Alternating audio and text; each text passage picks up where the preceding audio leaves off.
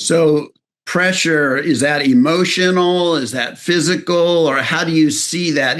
Can it be societal and institutional? I mean, how big does that get? And walk me through where you see like the pressure tanks. Where are those that are expanding? Well, it's all over. So when we start talking through this framework that we try to establish in terms of how to think through this, you look for the pressures that are observable. So in our context, we're looking at 2025 through 2031. 2025 is observable. We already know what happened in 25. So if you look for existing pressures, what pressures formed in 2025, you can start to get a glimpse into how those pressures might play out, the release that it seeks, and through that release, how a future might form. So I'm getting a little bit ahead of myself, but pressures in the global economy, inflationary pressure is a very good example, right? That's an obvious one. Supply chain pressures, another obvious one. If you think about healthcare, not enough care providers, another pressure. There's so many of these that really keep track, right?